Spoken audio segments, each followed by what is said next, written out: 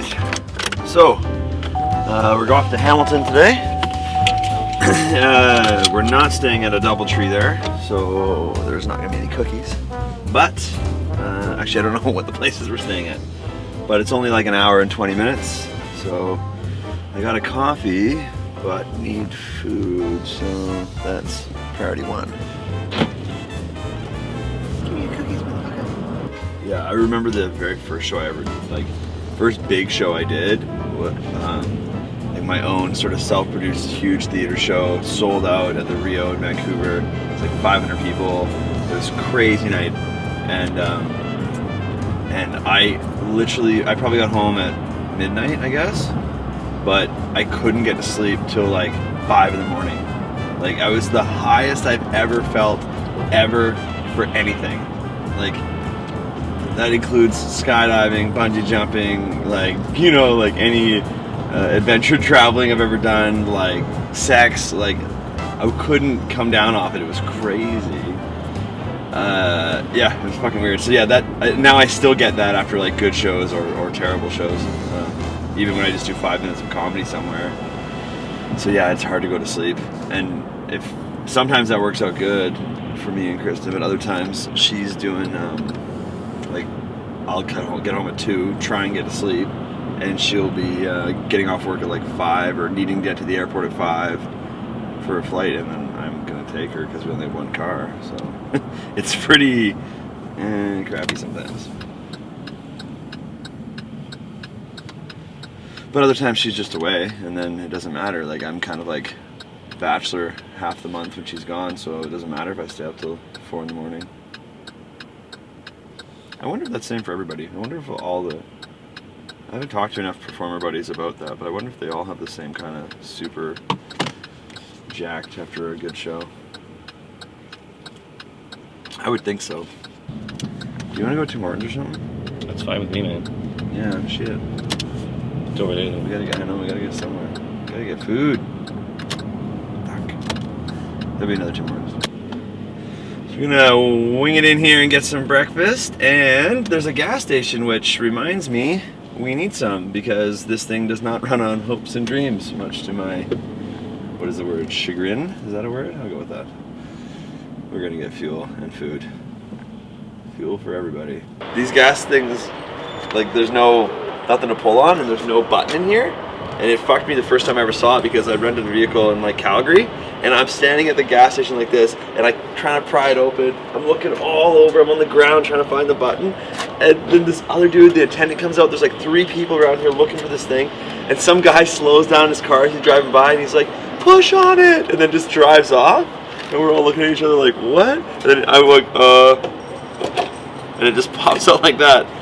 It's not unusual, obviously, now maybe, but back then I'd never seen one, and it stumped 3 of us, and I felt like a douche, but now I totally know. So I smile every time I see one.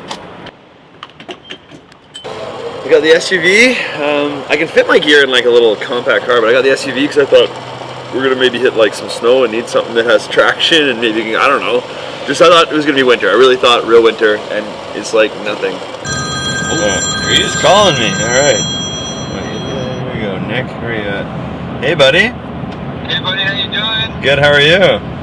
Good. I'm just going to start a feed mixer now, but I saw you call. Yeah. Well, I was trying to get a hold of you. I couldn't get a hold of you yesterday, so I thought I'd give you a shout now. No worries. How's it going out there? Good. Good. Just driving to Hamilton. But you're doing a demo right now? Is that what's going on? Yeah, I'm just about to start. I just got it here. I'm hooking a feed mixer, so yeah. All right, man. Well, I won't keep you then. Do your thing. Are you driving for a while today, or what? Only another 15 minutes. We're driving a lot tomorrow, so. Okay, well, yeah, let's connect when we can, man. Just want to bullshit. Miss you, so. Yeah, I missed you too. I'll talk to you tomorrow for sure then. Okay, break a leg today. All right, buddy. Love you too. Talk to you later. Yeah. Bye. Okay. Bye. So, oh man, it's good to hear from him. So my brother will call me sometimes, and he'll forget. He just calls me at bad times. Like this one, like he called me, and he's just about to start a demo, like a feed mix demo. Like, that's, why would he call me if he can't talk to me? You know what I mean? Like, it's a weird thing, but he does this all the time. He'll literally call me and be like, "Oh, hey man, actually I can't talk, I gotta go." And it's like, well, that's not a thing. You can't. don't call someone and tell them that. But the one thing that he does regularly is he'll call me when he's in his truck driving and he's going through a drive-through, but his truck is like coming through his Bluetooth, right? So it's like crystal clear sound. It's a nice truck, but he'll do it when he goes through a drive-through. He's like, "Oh, hey man, I'm just gonna order. Hang on." But like, well, don't do that. I'll take advantage of that for sure. So he'll be ordering like, yeah, I'll get a coffee and a donut, whatever, and then I'll just be on the thing, be like, and a green tea and 2 muffins, and I'll just order extra shit. And the people in the drive-thru don't know because it's just going through their speaker, so they get so confused. And he's like, "Shut up, shut up!" And I just say to the thing, and it's the best. It really confuses people in the drive-thru, and I laugh every single time.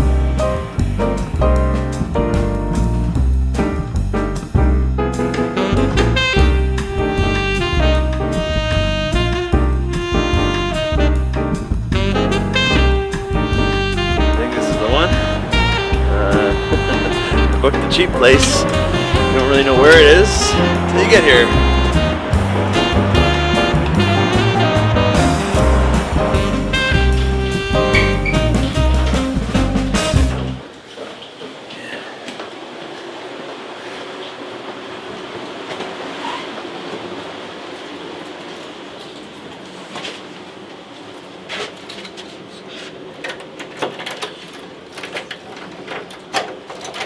Fun door. Oh, it's up. It's up. Don't forget to lift it up. Ooh. Oh, I got a desk over there. This is a nice one. Oh yeah. Oh yeah. Great.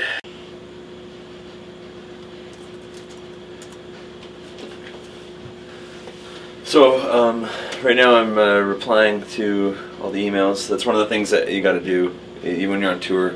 I have to reply to all my stuff, some from my agent, some other things I've going on my own.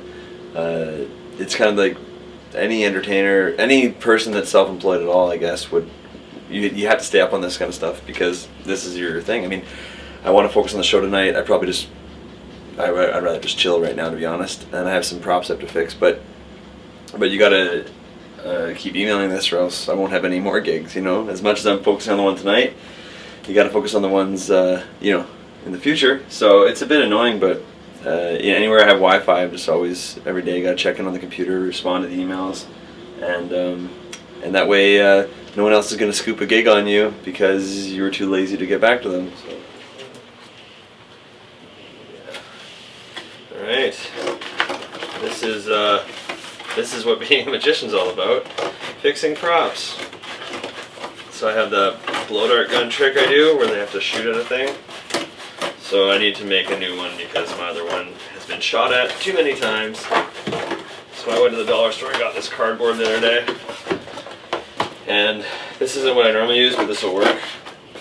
So I try and make it look semi-pretty. I don't want people to feel like I make everything out of the dollar store, but I make everything out of the dollar store. As you can tell, my workspace today is less than ideal, but I mean, I don't always get the sweet hotel rooms. Sometimes the school's putting me up, or the company, whatever. Like, but a lot of times when I'm on tour, they just want to pay a flat rate for the shows, so I'm on my own to get my own accommodations. And obviously, if I can spend less, then I'll make more. And that's, I mean, that's the level I'm at, right? Like, I'm trying to maximize the income here. So yeah, this is where we are today. It's like a bit of a joke, but you know, it's got I mean, super sexy extension cord thing. That's like, you can't get that just anywhere.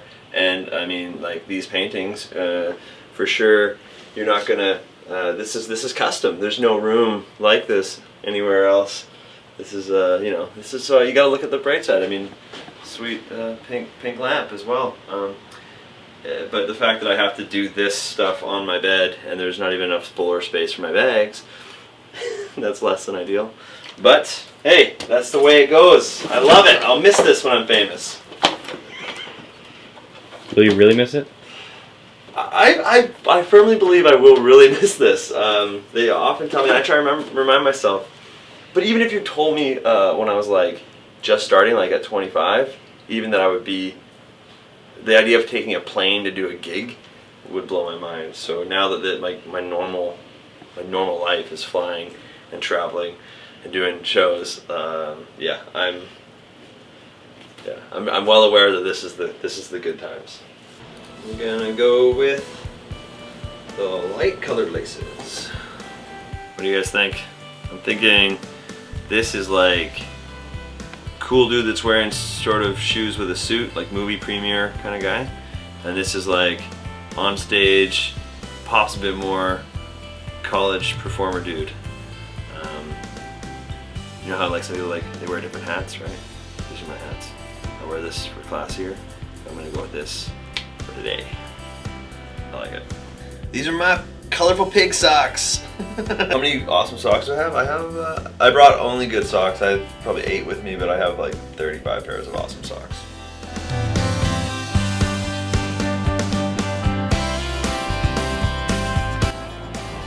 So, welcome to Hamilton. This is the finest park in Hamilton. I don't know if that's true, but it's Hamilton in January.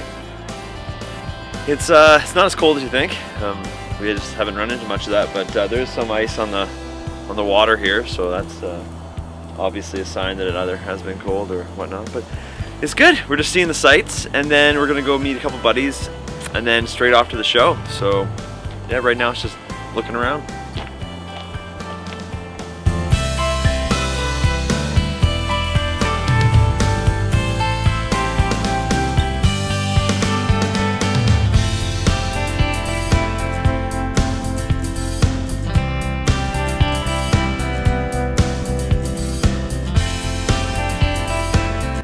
Hey, so we're going to this cool little pub called The Ship. Been there before. It's like 5 minutes from the school, so really good spot just to, get a bite to eat, and we're gonna meet a couple buddies.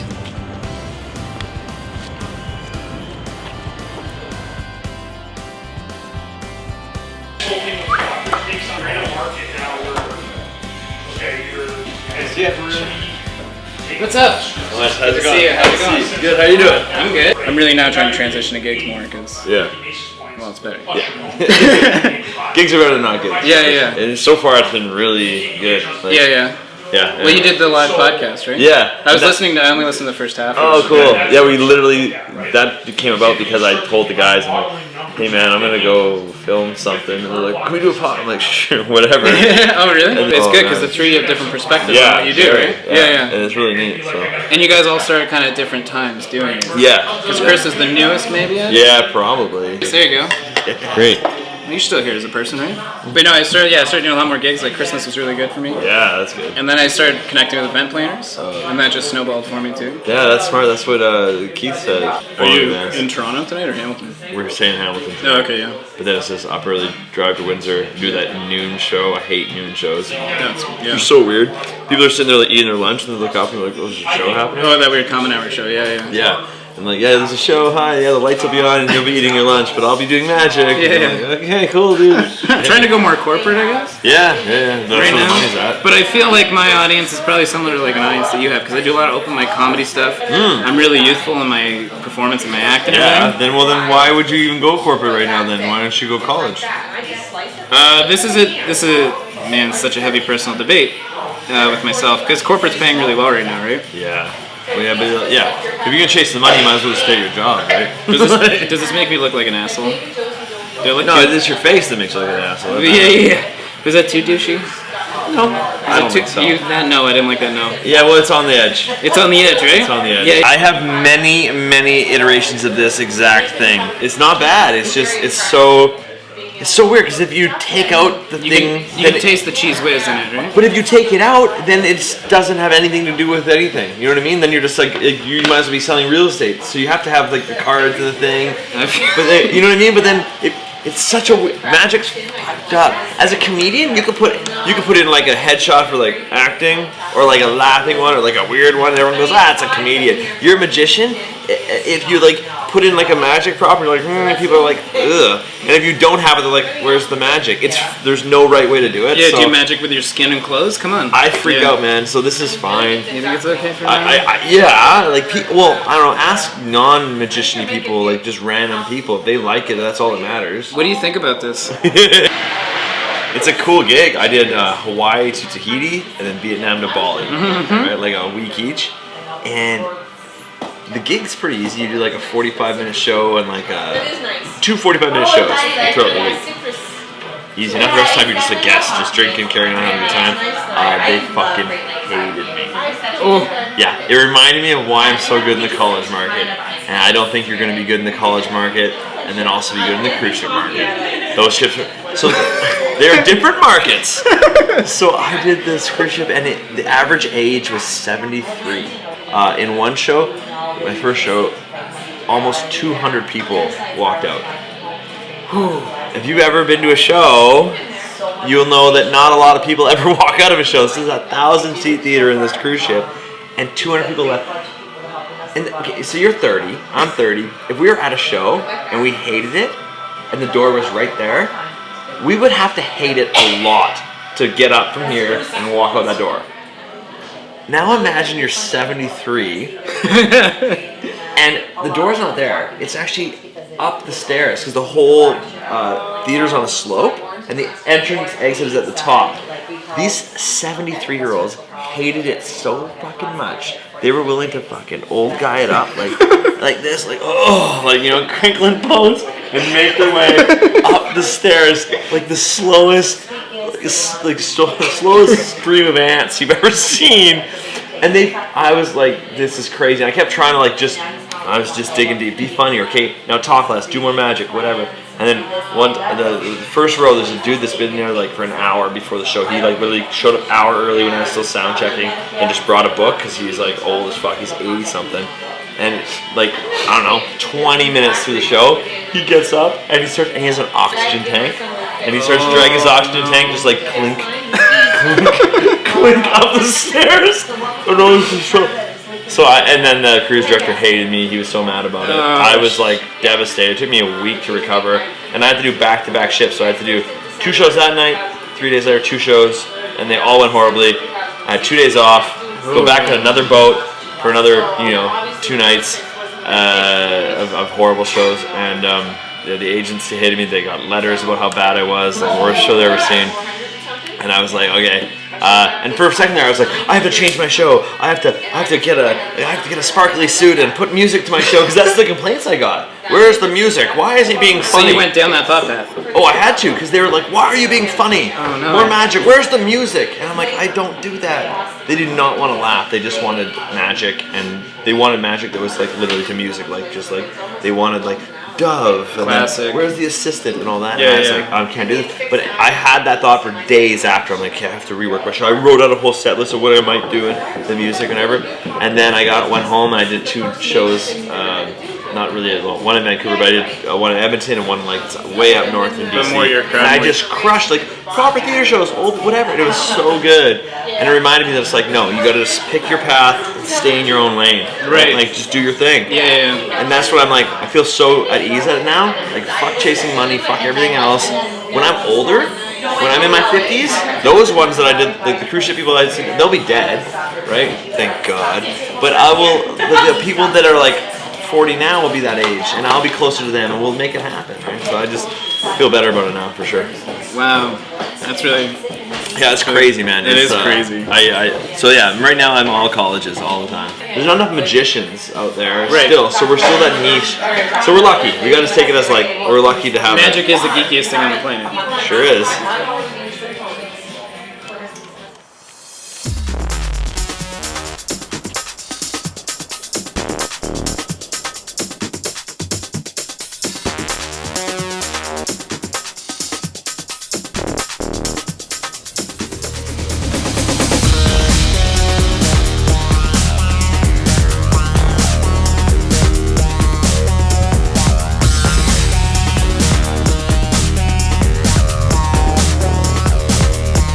If you guys may have seen this guy on Penn and Teller, may have seen him on America's Got Talent, and we got over 40 million views on YouTube. So give it up for Wes Barker.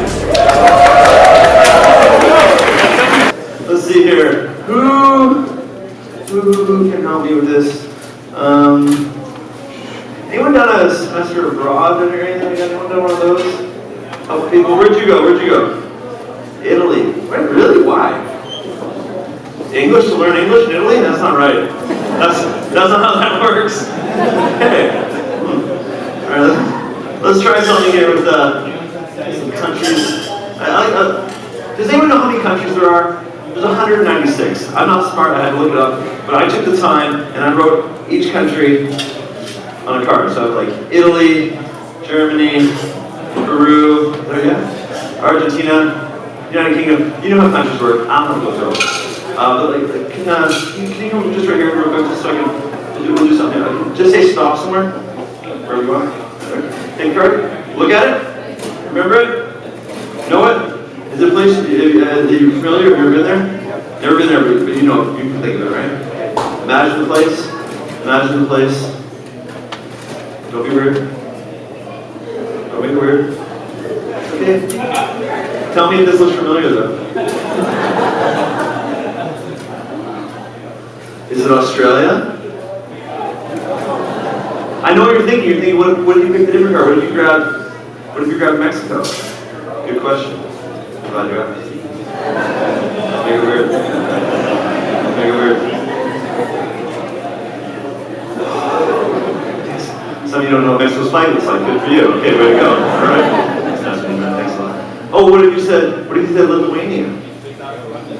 I'm Mexican. I only had two. This one. It's a stupid joke. Some jokes are just for me. And you're like, Wes, are you single? Good question. No. I actually got engaged. Can you believe it? Thank you. Yeah, I know. I'm adjusting to it as well. It's good though. I'm stoked. I got engaged with this girl. We've been together for 5 years, and she's had a wedding dress for 3 of those years. Yeah, I know. So I didn't even talk. I just got engaged 6 months ago, but over 2.5 years ago, she bought this wedding dress. She called me one day when I was driving home from a gig, and she's like, "Hey, I have something weird to ask you." And I said, "What?" And she's like, "Well, this wedding dress I like is being discontinued, so should I buy it?" And I didn't expect that, so I said, "They don't go bad." And she didn't respond, so then I followed that up with, "Someone will marry you one day." And then I guess she drove through town, so we got disconnected. She hung up on me and she drove down to Seattle and bought this wedding dress. My friends didn't believe me, but by the time I got home from my gig that day, it was hanging in my closet. Not in hers, in mine. I opened it up, oh fucking, there we go, alright, that's that. And it stayed there for over 2 years before I finally decided to ask her. Crazy, I was just waiting for, I know she'd say yes. But she does it all the time. My friends didn't understand. Like the other day, she got really good. She doesn't need to. She called me up this time, super excited. It's 9 o'clock in the morning. I'm at the bank. She calls me and she's like, "Hey, did you get the picture I sent you?" I'm like, "No, let me check." Look at my phone, and there it is, little picture of an ultrasound. And I was like, "What the fuck is that?" And she's like, "What does it look like?" I'm like, "It looks like a baby." She's like, "Yeah. Why are you freaking out?" I'm like, "How are you not freaking out?" She's like, "I think it's amazing." I'm like, "I think it's terrifying." What do you think? She's like, "Well, I think Pam and Luke would be really great parents." Ladies, if you live with a guy, you can't just randomly text him your friend's ultrasound. There's no context. Give me a couple words, like Pam and Luke are gonna have a kid, something, nothing. She's like, "Oh, her name's on the thing if you blow it up the picture." What guy is like, "Oh, what's this beautiful thing?" Right? I was just like, fuck! And I was not there yet. Oh yeah, I hate carrying on cards.